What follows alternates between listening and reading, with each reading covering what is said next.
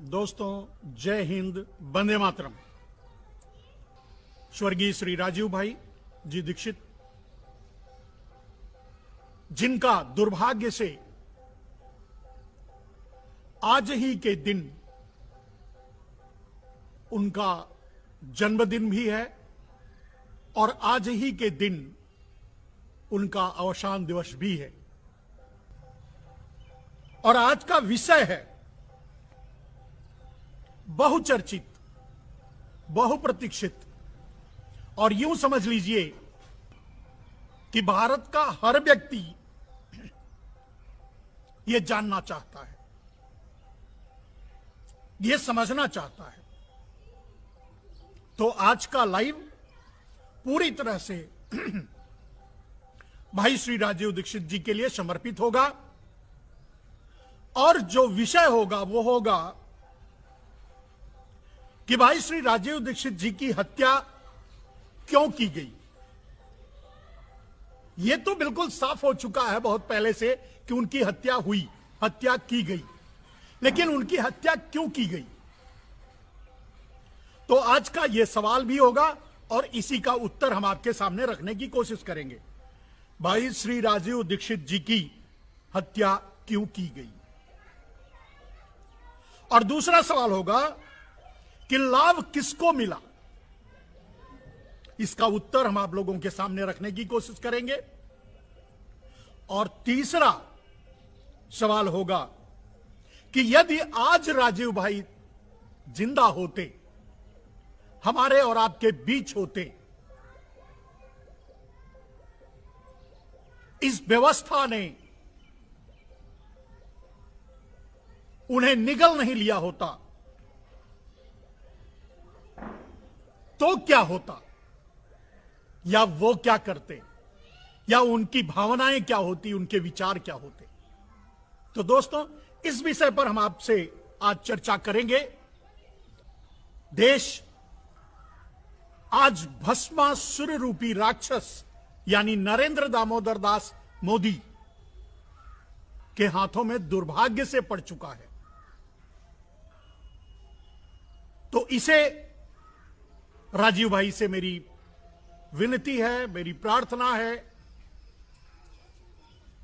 उनकी आत्मा से कि वो जो भी आज राजीव भाई के विचारों को लेकर के कार्य कर रहे हैं, आगे बढ़ रहे हैं, कोशिश में लगे हैं, उन सबों को एक सद्बुद्धि दें, एक मार्गदर्शन दें, एक रास्ता दिखाएं और इस देश को एक राक्षस से मुक्ति दिलाएं। आज ही आजादी बचाओ आंदोलन जो भाई श्री राजीव दीक्षित जी अपने शिक्षण काल से ही शुरू कर दिया था, वो आज भी अधूरा है। वो आज भी देश आजाद नहीं है, आज भी देश गुलाम है। परोक्ष रूप से आज भी विदेशी ताकतें, पूंजीवादी शक्तियां, विदेशी शक्तियां हमारे देश के ही दलालों को खरीद करके उनके जरिए भारत पर शासन कर रही है।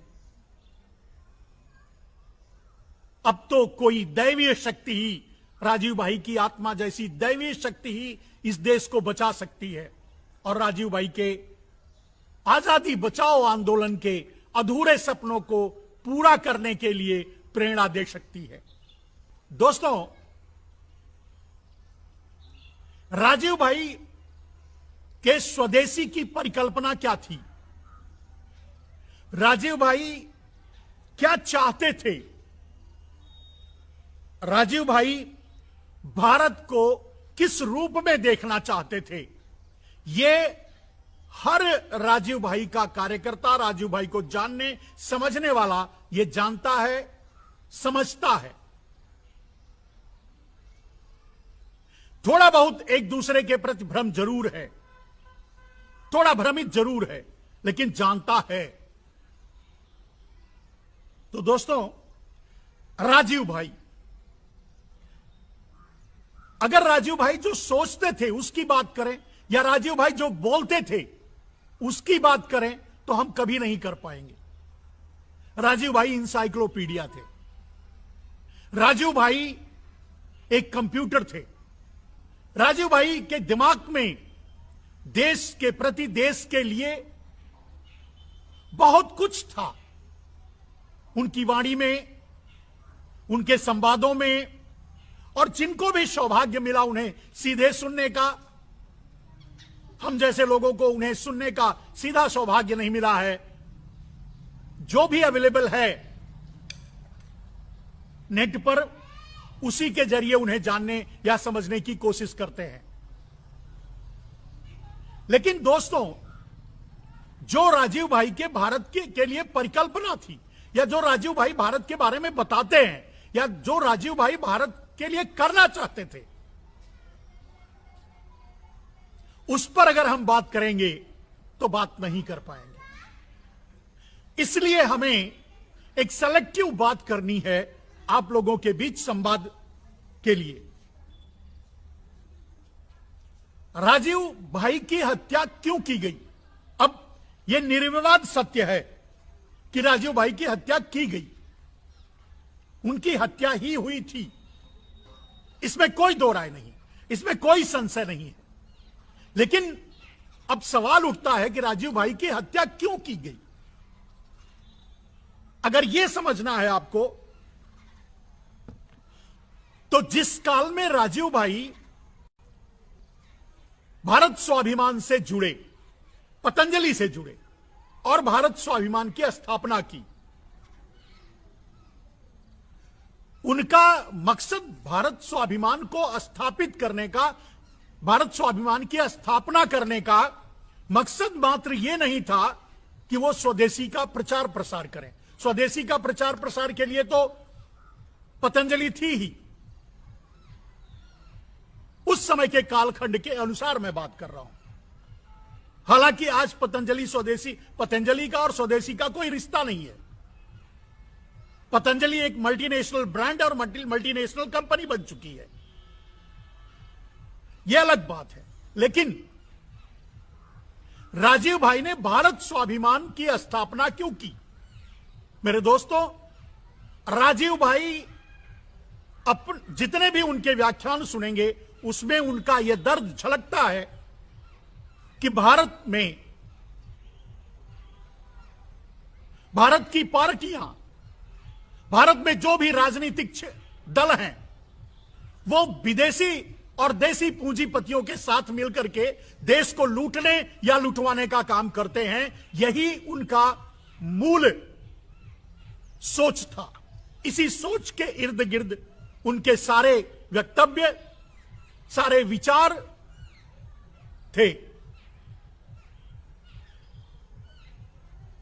और निश्चय ही राजीव भाई इसी का समाधान ढूंढने के लिए, इन्हीं समस्याओं का समाधान ढूंढने के लिए कि देश के साथ हमेशा छल हो रहा है, देश के साथ हमेशा पूंजीवादी सफल हो जाते हैं अपनी साजिश रचने में, देश पूंजीवादी ताकतों के हाथ में गुलाम बन के रह गया है, देश आजादी के बाद भी आजाद नहीं हो सका है। इसी के लिए राजीव भाई ने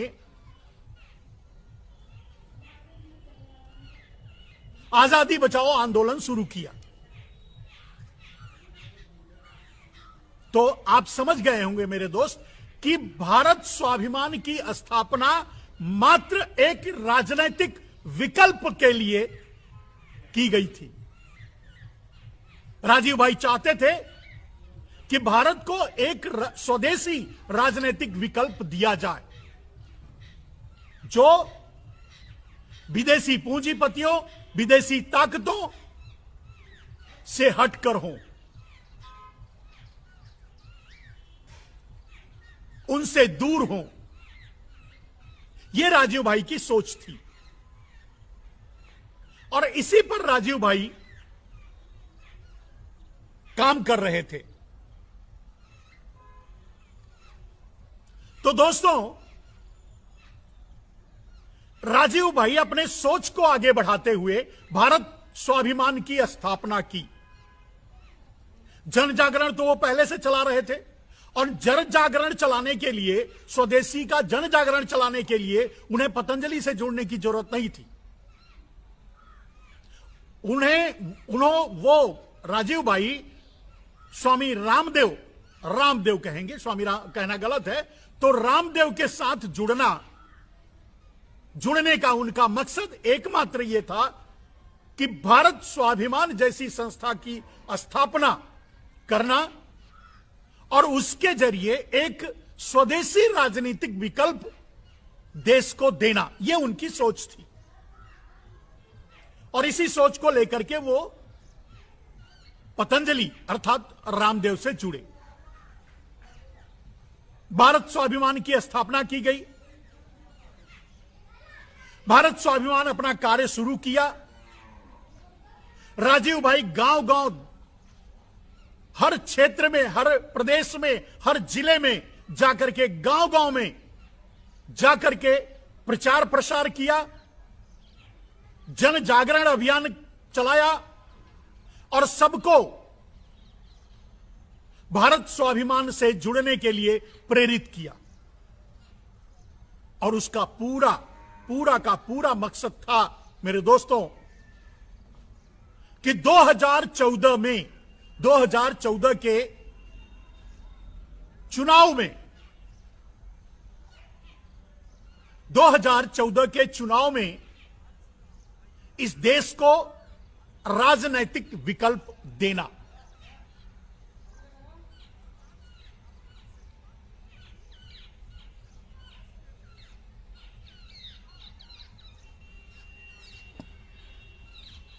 और अपने इस उद्देश्य को लेकर के वो गांव-गांव गए, हर प्रदेश में गए, हर जिले में गए। उनकी कोशिश गांव-गांव में जाने की रही और गए, और जहां भी गए वो भारत स्वाभिमान से लोगों को जुड़ने के लिए प्रेरित किया, और लोग भारत स्वाभिमान से जुड़े भी।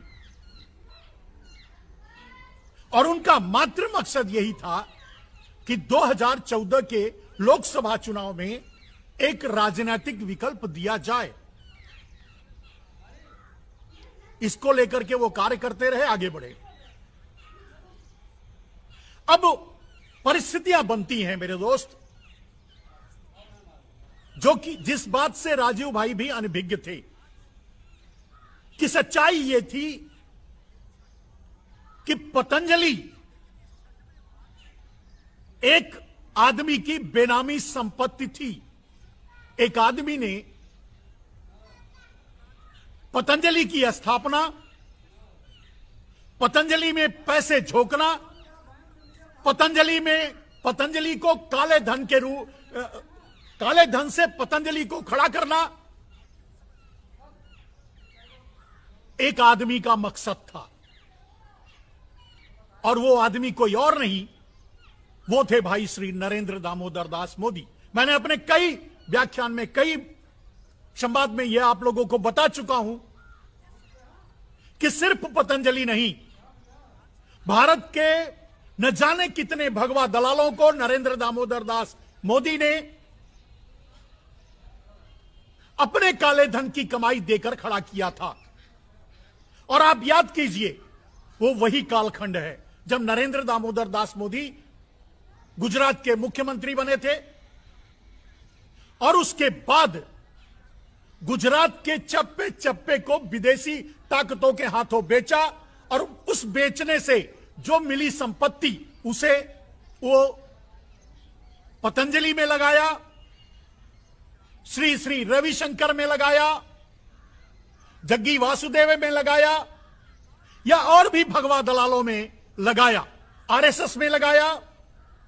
जहां कहीं भी ये संभावनाएं थी कि जो आगे चल करके नरेंद्र मोदी को प्रधानमंत्री बनने में मदद करेगा, वहां वो अपने उस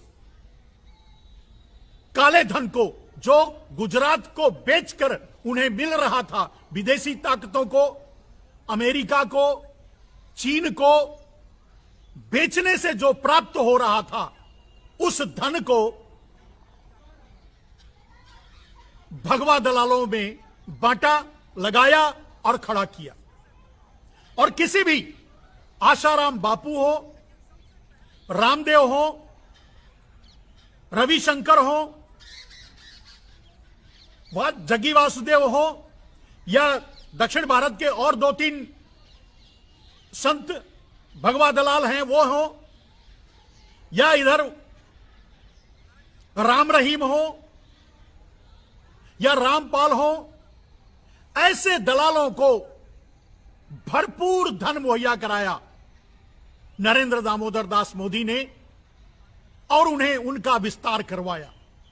और इसका मकसद मात्र एक था कि जब नरेंद्र दामोदर दास मोदी प्रधानमंत्री बनने के लिए आगे आए तो ये संस्थाएं अपना पैसा लगा करके, वही जो काला धन उनके पास आया था, जिसको ये इतनी बड़ी बड़ी ऑर्गेनाइजेशन खड़ी की गई, वो पैसा लगा करके उन्हें आगे बढ़ाएं। और अंत में वही हुआ। दोस्तों, यहां हम उस विषय से नहीं हटते हैं, राजीव भाई से।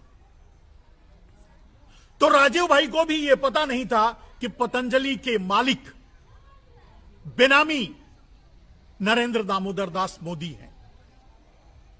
उधर नरेंद्र दामोदर दास मोदी, आप जानते हैं, कालखंड को याद कीजिए, नरेंद्र दामोदर दास मोदी प्रधानमंत्री बनने के लिए, प्रधानमंत्री अपने आप को डिक्लेयर करवाने के लिए प्रधानमंत्री बनने की लाइन में लग करके और पूरी ताकत झोंके हुए थे। 2009 के चुनाव के बाद, वैसे तो वो 2009 के चुनाव में ही अपने आप को प्रधानमंत्री डिक्लेयर करवाना चाहते थे और इसी को लेकर के आडवाणी और भाई नरेंद्र मोदी में विवाद भी हुआ था। और इसीलिए नरेंद्र मोदी 2009 के चुनाव में कोई रैली नहीं किए, कहीं मंच पे नहीं गए और भारतीय जनता पार्टी के लिए वोट नहीं मांगा। फिर भी भारतीय जनता पार्टी अच्छा काम किया। लेकिन जब 2009 का चुनाव बीत गया, नरेंद्र मोदी अब फ्रंट पर आ गए। नरेंद्र मोदी के दलाल जो पूंजीपति थे, जिनका आज पोषण किया जा रहा है, अडानी अंबानी या विदेशी ताकतें या विदेशी पूंजीपति या चाइना या अमेरिका, ये सब मिलकर के सामने आकर के नरेंद्र मोदी को एक बहुत अच्छा प्रधानमंत्री होंगे ऐसा साबित करने में लग गए, ऐसा प्रचार करने में लग गए और यहां तक कि दबाव डाल करके उन्हें प्रधानमंत्री का कैंडिडेट भी डिक्लेयर करवाया। और आपको याद होगा, पतंजलि ने सबसे पहले, पतंजलि में उनको बुला करके, भारत स्वाभिमान में उनको बुला करके प्रधानमंत्री के लिए कैंडिडेट डिक्लेयर किया था और भारतीय जनता पार्टी पर दबाव भी डाला था। इसी के लिए नरेंद्र मोदी ने यह सारी रचनाएं रची थी। राजीव भाई को यह पता नहीं था। राजीव भाई 2014 का चुनाव लड़ना चाहते थे। अपने भारत स्वाभिमान के कार्यकर्ताओं और भारत स्वाभिमान के संगठन के रूप में वो चुनाव लड़ना या लड़वाना चाहते थे। भारत स्वाभिमानियों को संसद में भेजना चाहते थे और यही सबसे बड़ा उनके मृत्यु का कारण बना। और उसको आप समझने के लिए आपको बहुत ज्यादा समझाने की जरूरत नहीं है मेरे दोस्तों, आप समझदार हैं। अगर भारत स्वाभिमान चुनाव लड़ा होता, अगर राजीव भाई जिंदा रहते और भारत स्वाभिमान चुनाव लड़ा होता, तो परिणाम चाहे जो भी होता, नरेंद्र मोदी प्रधानमंत्री नहीं होते। कैसे, आप समझने की कोशिश कीजिए, क्योंकि यह पूरा देश जानता है कि भारत स्वाभिमान और भारत स्वाभिमानियों ने या रामदेव ने मिलकर के नरेंद्र मोदी को प्रधानमंत्री बनाने में पूरी ताकत झोंकी थी और 10% श्रेय जाता है पतंजलि, रामदेव और भारत स्वाभिमान को।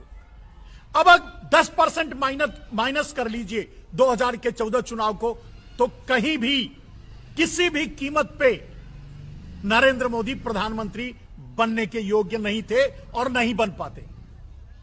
और यही वो कारण था कि राजीव भाई को मार दिया गया। क्योंकि अगर राजीव भाई जिंदा होते तो चुनाव लड़ते या लड़वाते। भारत स्वाभिमान चुनाव के मैदान में होता, भारत स्वाभिमान चुनाव के मैदान में उतरता,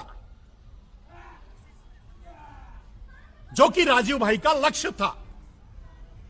और जब भारत स्वाभिमान चुनाव के मैदान में होता, चुनाव लड़ता, तो यह तो तय था कि नरेंद्र मोदी प्रधानमंत्री नहीं बनते, क्योंकि उतनी सीट नहीं मिलती।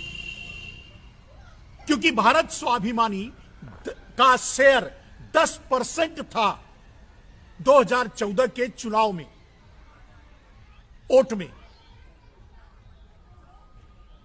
नरेंद्र मोदी को यानी भारतीय जनता पार्टी को जो वोट मिला था उसमें 10% वोट, अगर मान लीजिए एक एग्जांपल से अगर 40% पूरा वोट उनको 40% अगर मिला था, तो उस 40% में 10% यानी 4% वोट शेयर भारत स्वाभिमानियों का था। और अगर वो 4% निकाल दीजिए तो कहीं भी भारतीय जनता पार्टी किसी भी कीमत पे सरकार बनाने की स्थिति में नहीं थी। नरेंद्र मोदी प्रधानमंत्री बनने की सवाल ही नहीं उठता। यहां बात एकदम साफ हो जाती है। और नरेंद्र मोदी जैसा हत्यारा, नरेंद्र मोदी जैसा क्रूर, नरेंद्र मोदी जैसा आदमी जो किसी को भी अपने रास्ते में आने पर हटा देने के लिए माहिर है, उसने भाई श्री राजीव दीक्षित को सीधे मरवा डाला। मारने वाले हाथ कोई और थे, इस हत्या में शामिल कुछ और लोग थे, वो दूसरे लोग थे। और निश्चय ही वो भारत स्वाभिमान से जुड़े हुए लोग ही थे, और निश्चय ही वो पतंजलि से जुड़े हुए लोग ही थे, और निश्चय ही वो रामदेव के करीबी लोग ही थे। लेकिन मारने की का चक्र हो, राजीव भाई की हत्या करने का आदेश, और राजीव भाई की हत्या के लिए माहौल, संसाधन जो भी हुआ, वो सब का सब नरेंद्र दामोदर दास मोदी द्वारा प्रदत्त किया गया था।